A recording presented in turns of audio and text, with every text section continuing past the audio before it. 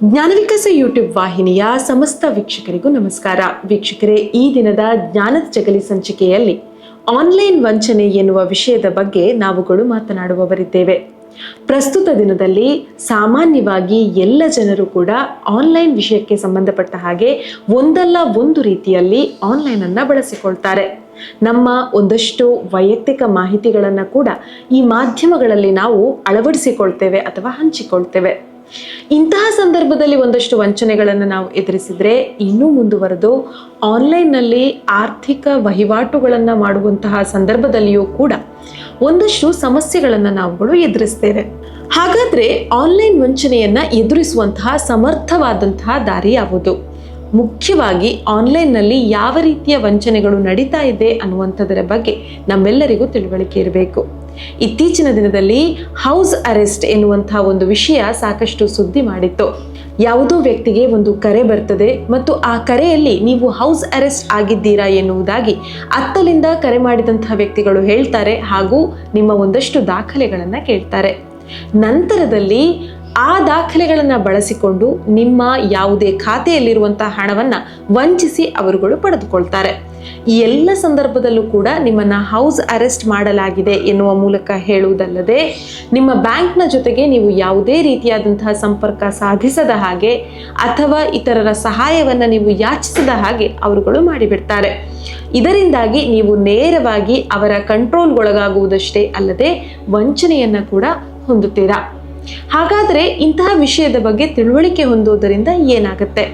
ಮುಖ್ಯವಾಗಿ ಯಾವ ರೀತಿಯ ವಂಚನೆಗಳಿದೆ ಎನ್ನುವ ಅರಿವು ನಿಮಗೆ ಬಂದಾಗ ಸರ್ವೇ ಸಾಮಾನ್ಯವಾಗಿ ನೀವು ಎಚ್ಚೆತ್ತುಕೊಳ್ಳುವುದು ಸಾಮಾನ್ಯವಾಗುತ್ತೆ.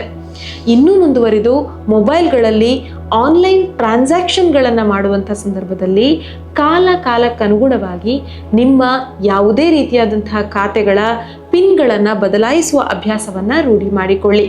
ಇವಿಷ್ಟೇ ಅಲ್ಲದೆ ನಿಮ್ಮ ವೈಯಕ್ತಿಕ ಪಿನ್ಗಳನ್ನು ಇತರರ ಜೊತೆ ಯಾವುದೇ ಕಾರಣಕ್ಕೆ ಶೇರ್ ಮಾಡಬೇಡಿ. ಕೆಲವೊಂದು ಸಂದರ್ಭದಲ್ಲಿ ಇವರು ನಮ್ಮ ಸ್ನೇಹಿತರಲ್ವಾ ಅಥವಾ ಇವರು ನಮ್ಮ ಪರಿಚಿತರಲ್ವಾ ಎನ್ನುವ ಕಾರಣಕ್ಕಾಗಿ ಶೇರ್ ಮಾಡುತ್ತೇವೆ. ಮುಂದುವರಿದು ಹೇಳೋದಾದರೆ ಕೆಲವೊಮ್ಮೆ ಶಿಕ್ಷಣದ ಕೊರತೆ ಇದ್ದಾಗ ಅಥವಾ ಸರಿಯಾದ ಮಾಹಿತಿಗಳಿಲ್ಲದ ಸಂದರ್ಭದಲ್ಲಿ ಹಿರಿಯರು ತಮ್ಮ ದಾಖಲೆಗಳನ್ನು ಯಾವುದೋ ಪಕ್ಕದ ಮನೆಯ ಅಥವಾ ಯಾರೋ ಪರಿಚಿತರಲ್ಲಿ ಶೇರ್ ಮಾಡಿಕೊಳ್ಳುವಂತಹ ಸಂಭವಗಳಿರುತ್ತೆ. ಇವು ಕೂಡ ನಮ್ಮನ್ನು ಆನ್ಲೈನ್ ವಂಚನೆಗೆ ಒಳಪಡಿಸಬಹುದು. ಇನ್ನೂ ಮುಂದುವರಿದು ಕೆಲವೊಂದು ಕಡೆಗಳಲ್ಲಿ ಆನ್ಲೈನ್ನಲ್ಲಿ ವೈಯಕ್ತಿಕ ದಾಖಲೆಗಳನ್ನು ಶೇರ್ ಮಾಡೋದರಿಂದಾಗಿ ಸಾಕಷ್ಟು ರೀತಿಯಾದಂತಹ ಸಮಸ್ಯೆಗೆ ಎದುರಾಗ್ತಾರೆ. ಒಂದು ಮನೆಯಲ್ಲಿ ಕಳ್ಳತನವಾಗುವಂತಹ ಸಂದರ್ಭದಲ್ಲಿ ವಾಟ್ಸಪ್ ಸ್ಟೇಟಸ್ನಲ್ಲಿ ನಾವು ಎಲ್ಲೆಲ್ಲಿಗೆ ಹೋಗ್ತಾ ಇದ್ದೇವೆ ಅನ್ನುವ ಮಾಹಿತಿಯನ್ನು ಶೇರ್ ಮಾಡಿರುವಂಥದ್ದು ಕೂಡ ಕಳ್ಳನಿಗೆ ಸಹಕಾರಿಯಾಯಿತು ಎನ್ನುವುದನ್ನು ಪೊಲೀಸ್ ಇಲಾಖೆ ಇತ್ತೀಚೆಗೆ ತಾನೇ ಈ ಒಂದು ಮಾಹಿತಿಯನ್ನು ಶೇರ್ ಮಾಡಿದ್ರು. ಇಂತಹ ಸಂದರ್ಭದಲ್ಲಿ ವೈಯಕ್ತಿಕ ಮಾಹಿತಿಯನ್ನು ಇಂತಹ ಪಬ್ಲಿಕ್ ಪ್ಲಾಟ್ಫಾರ್ಮ್ಗಳಲ್ಲಿ ಯಾವ ಕಾರಣಕ್ಕಾಗಿ ನಾವು ಹಾಕಬೇಕು ಎನ್ನುವುದರ ಕುರಿತಾಗಿ ಕೂಡ ನಾವುಗಳು ಯೋಚನೆಯನ್ನ ಮಾಡಬೇಕು. ಇವೆಲ್ಲವೂ ಕೂಡ ಆನ್ಲೈನ್ ವಂಚನೆಯಿಂದ ನಮ್ಮನ್ನು ನಾವು ತಪ್ಪಿಸಿಕೊಳ್ಳಲು ಇರುವಂತಹ ಮಾರ್ಗಗಳು. ಇದರ ಜೊತೆಗೆ ಸಾಮಾನ್ಯವಾಗಿ ನಾವು ಗಮನಿಸಬೇಕಾದಂತಹ ಮುಖ್ಯ ಅಂಶ ಅಂದರೆ ನಮ್ಮ ಮೊಬೈಲ್ಗಳಲ್ಲಿ ಅಥವಾ ನಮ್ಮ PC-ಗಳಲ್ಲಿ ನಾವು ಯಾವುದೇ ರೀತಿಯಾದಂತಹ ಆರ್ಥಿಕ ವಹಿವಾಟುಗಳನ್ನು ಮಾಡುವಂತಹ ಸಂದರ್ಭದಲ್ಲಿ ಆದಷ್ಟು ಪಾರದರ್ಶಕತೆಯನ್ನು ನಾವು ಅಳವಡಿಸಿಕೊಳ್ಳುವಂಥದ್ದು ಅಲ್ಲದೆ ಯಾವುದೇ ರೀತಿಯಾಗಿ ನಮಗೆ ಪರಿಚಿತವಿಲ್ಲದ ಅಥವಾ ನಮಗೆ ತಿಳುವಳಿಕೆ ಇಲ್ಲದಂತಹ ಲಿಂಕ್ಗಳನ್ನು ಅಥವಾ ಆ್ಯಪ್ಗಳನ್ನು ನಮ್ಮ ಮೊಬೈಲ್ನಲ್ಲಿ ಅಥವಾ PC-ಗಳಲ್ಲಿ ಅಳವಡಿಸಿಕೊಳ್ಳುವುದನ್ನು ನಾವು ಆದಷ್ಟು ಕಡಿಮೆ ಮಾಡಬೇಕು. ಇತ್ತೀಚಿನ ದಿನದಲ್ಲಿ ನೀವು ಗಮನಿಸೋದಾದರೆ ಅವಶ್ಯಕತೆ ಇಲ್ಲದ ಲಿಂಕ್ಗಳನ್ನು ಪ್ರೆಸ್ ಮಾಡೋದರ ಮೂಲಕ ವೈರಸ್ಗಳು ನಮ್ಮ ಮೊಬೈಲ್ಗೆ ಬರುವಂಥದ್ದು ಮತ್ತು ತನ್ಮೂಲಕ ಆರ್ಥಿಕ ವಂಚನೆಗೆ ಒಳಗಾದಂತಹ ಉದಾಹರಣೆಗಳು ಹೆಚ್ಚಾಗಿವೆ. ಹಾಗಾಗಿ ಯಾವುದೇ ವಿಷಯವನ್ನು ಆಸಕ್ತಿಯಿಂದ ನಮ್ಮ ಮೊಬೈಲ್ನಲ್ಲಿ ಅಳವಡಿಸುವ ಅಥವಾ ನೋಡುವ ಮೊದಲು ಇಂತಹ ವಿಷಯಗಳ ಬಗ್ಗೆ ಸಾಕಷ್ಟು ನಾವು ಮಾಹಿತಿಯನ್ನು ಪಡೆದುಕೊಳ್ಳಬೇಕು.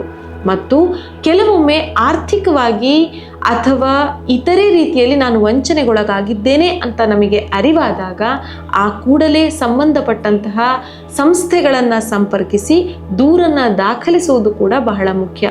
ಯಾಕಂದರೆ ಆನ್ಲೈನ್ ಅಂತಹ ವಂಚನೆಗಳು ಕೈಗೆ ಎಟುಕುವಂಥದ್ದು ಬಹಳ ಕಡಿಮೆ. ಆ ಪ್ರಕರಣದಲ್ಲಿ ಭಾಗಿಯಾದಂತಹ ಯಾರಿದ್ದಾರೆ ಅವರನ್ನು ಕಂಡುಹಿಡಿಯುವಂಥದ್ದು ಕೂಡ ಬಹಳ ಕಷ್ಟಕರ. ಹಾಗಾಗಿ ಎಷ್ಟು ಬೇಗ ಪ್ರಕರಣವನ್ನು ನಾವು ದಾಖಲಿಸ್ತೇವೆಯೋ ಅಷ್ಟು ಕ್ಷಿಪ್ರಗತಿಯಲ್ಲಿ ವೇಗವಾಗಿ ಜನರನ್ನ ಕಂಡು ಹಿಡಿದು ನ್ಯಾಯವನ್ನು ಒದಗಿಸುವಂಥದ್ದು ಪೊಲೀಸ್ ಇಲಾಖೆಗೆ ಸಾಧ್ಯವಾಗುತ್ತೆ. ಇದಕ್ಕಾಗಿ ಸೈಬರ್ ವಿಂಗ್ ಕಾರ್ಯಪ್ರವೃತ್ತವಾಗಿದೆ. ಹಾಗಾಗಿ ಈ ವಿಷಯದ ಬಗ್ಗೆ ಎಚ್ಚರ ವಹಿಸುವಂಥದ್ದು ಮತ್ತು ಮಾಹಿತಿಯನ್ನು ಹೊಂದಿರುವಂಥದ್ದು ಬಹಳ ಮುಖ್ಯವಾಗಿದೆ. ವೀಕ್ಷಕರೇ, ಇಂತಹ ಇನ್ನೊಂದು ವಿಷಯದ ಜೊತೆಗೆ ನಿಮ್ಮನ್ನು ಮತ್ತೆ ಭೇಟಿಯಾಗ್ತೀವಿ. ನಮಸ್ಕಾರ.